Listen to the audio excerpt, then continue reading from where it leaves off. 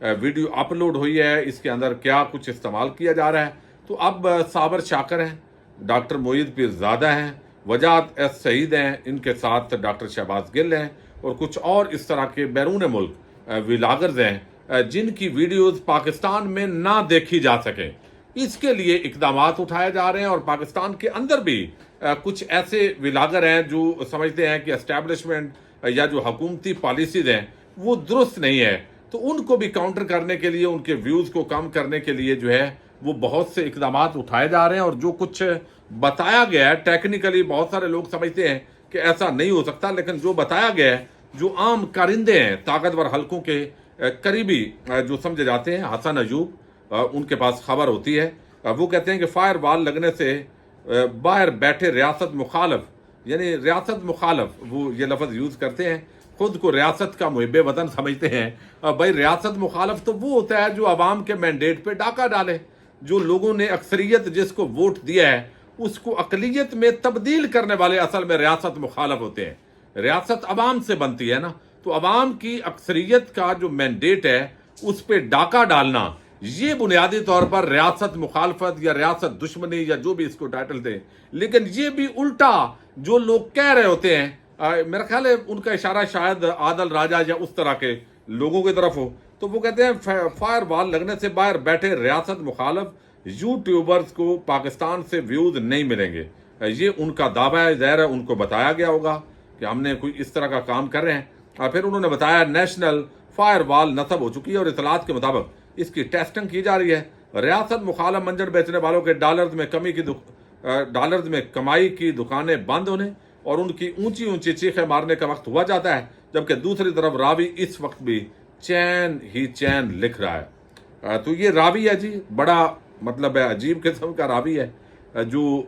لوگوں کے گھروں میں گھسنے پر ناجائز گرفتاریاں ڈنڈے کے زور پہ پاکستانی عوام کو ہانکنے کو چین ہی چین سمجھتا ہے. راوی ویسے یہ جو ہے نا عوام کی رائے کے خلاف چلنے والا یہ راوی ہے, اور سوکھا راوی ہے, جیسے دریائے راوی ہے بالکل سوکھا اور اس کے اندر پانی نہیں ہوتا اور کبھی سال کے اندر ایک مرتبہ ہوتا ہے, تو اتنا کوئی بد دماغ قسم کا یہ راوی ہے. بہرحال یہ انہوں نے خبر دی ہے. اچھا, دوسری جو بڑی ڈیولپمنٹ ہے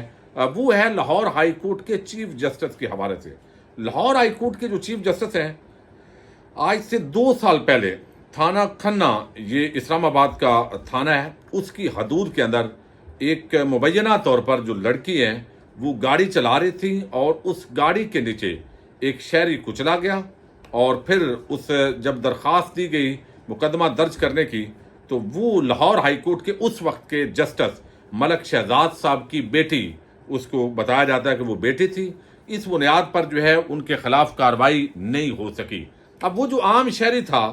وہ کارروائی نہیں ہوئی. آپ اندازہ کریں اس ملک کے اداروں کا کتنا اپاج نکما یہ سسٹم ہے, وہ کارروائی روکی گئی. حالانکہ وہ بتایا گیا جی کہ لاہور ہائی کورٹ کے اندر ہمیں انٹری نہیں ملی, یہ نہیں ملا, وہ نہیں ملا. حالانکہ اصولی بات یہ ہے, کوئی جج ہو, جنرل ہو, کوئی سیاستدان ہو, بیوروکریٹ ہو, صحافی ہو, یا جتنا بھی جو ہے وہ جس بھی طبقے سے تعلق رکھتا ہو, جس نے بھی جرم کیا ہے, قانون کے سامنے نہ صرف اس کو سرنڈر کرنا چاہیے بلکہ قانون کے سامنے اس کو جواب دہ ہونا چاہیے. جو کارروائی بنتی ہے وہ بننی چاہیے. لیکن معاملہ یہ ہے کہ اگر کوئی عام عہدے پر بیٹھی ہوئی شخصیت ہو اور اس وقت جو کوئی بھی کارروائی ہو وہ نہ ہونے دی جائے اور مناسب وقت جو ہے اس کا انتظار کیا جائے کہ جب کل کو اگر یہ ہمارے خلاف بولے گا تو یہ چیز ہم اس کے خلاف استعمال کریں گے, یہ بڑی بے شرمی والی بات ہے. اور یہ جو ہے وہ کہا جاتا ہے, یہ کیس تو چل رہا ہے روٹین کے مطابق, اور یہ چیف جسٹس اسلام آباد ہائی کورٹ کی عدالت کے اندر یہ درخواست انہوں نے دی تھی کہ ہمارا یہ معاملہ ہے اور اس پر کارروائی نہیں ہوئی. اب یہ جو کارروائی نہیں ہوئی تو پچھلی جو سماعت تھی یہ 25 مئی کو تھی, اور اس کے اندر جو ہے وہ لاہور ہائی کورٹ کے جو چیف جسٹس ہیں, آپ کو علم ہے, عامر فاروق, انہوں نے بتایا کہ 2 سال گزرنے کے بعد تفتیش مکمل نہ ہونے اور ملزم کی عدم گرفتاری کے خلاف یہ بیسیکلی سماعت ہے. اور اس کے اندر بتایا گیا ہے کہ 2 سال سے پتہ نہیں چل رہا کہ گاڑی کا ڈرائیور کون تھا. اب یہ بات ہے, اگر حادثہ میرے یا آپ کے ساتھ ہوا ہوتا تو پھر بھی ایسے ہی چل رہا ہوتا, جس پر وکیل اسلام آباد پولیس نے بتایا کہ اسلام آباد ہائی کورٹ ڈائریکشن دے کر لاہور ہائی کورٹ کا رجسٹرار طلب تفصیلات دے اور یہ ڈائریکشن دیں آپ. تو اس پر انہوں نے اظہار برمی کیا اب یہ کیس جو ہے یہ اب آپ کو علم ہے کہ اب یہ اس معاملے کی نظر ہو گیا ہے کہ ایک طرف چونکہ جو ملک شہزاد ہیں جو اس وقت chief justice Lahore high court بن چکے ہیں، اس کے بعد اب وہ سپریم کورٹ آف پاکستان کے جو جج ہیں وہ بھی چونکہ ان کی اب اپوائنٹمنٹ ہو گئی ہے، تو کل اسلام آباد کے اندر سپریم کورٹ آف پاکستان میں قاضی فائز عیسیٰ اور chief justice Lahore high court Malik Shehzad کی ملاقات ہوئی ہے۔ یہ جو ملاقات ہے اس کے ساتھ ہی بہت ساری مگوئیاں جاری ہیں، چونکہ جوڈیشل کمیشن نے اور اس کے بعد پارلیمانی کمیٹی نے جسٹس ملک شہزاد کا جو نام ہے وہ سپریم کورٹ آف پاکستان کے جج کے طور پر اپروو کر لیا ہے، لیکن اب یہ ایک دن پہلے پنڈی بار کے اندر انہوں نے تقریر کی۔ اب یہ دو چیف جسٹس ہیں، یعنی ایک جسٹس بلکہ جسٹس تھے شوکت عزیز صدیقی، ان کا اکثر آپ ذکر سنتے ہیں، انہوں نے راول پنڈی بار کو خطاب کیا تھا اور وہ خطاب ان کے گلے پڑا تھا اور بالآخر ان کو جج کی کرسی سے ہٹنا پڑا تھا۔ اب انہوں نے بھی پنڈی بار سے یہ خطاب کیا ہے اور اس کے اندر اسٹیبلشمنٹ کی سیاست کے اندر جو عدالتوں کے اندر جو مداخلت ہے اس کو ہدف تنقید نہ صرف بنایا بلکہ کہا ہے کہ ہم آزادی لے رہے ہیں اور یہ آزادی جلد یہ سفر مکمل ہو جائے گا۔ اب اس کے بعد یہ جو 2 سال کا پرانا کیس ہے اب ان کی بیٹی کے خلاف مبینہ طور پر یہ اوپن ہو گیا ہے اور اس پر ایک باقاعدہ جو تنخواہ دار طبقہ ملامتی ہے صحافت کے اندر، انہوں نے ایک کمپین کا آغاز کر دیا ہے۔ یعنی اس پر یہ سوال اٹھ رہے ہیں کہ ایک ایسا جج جس نے ابھی طاقتور حلقوں کے خلاف بولا، ان کی مداخلت میں بات کی، تو اب اگر حقیقت بھی ہو معاملہ ہو تو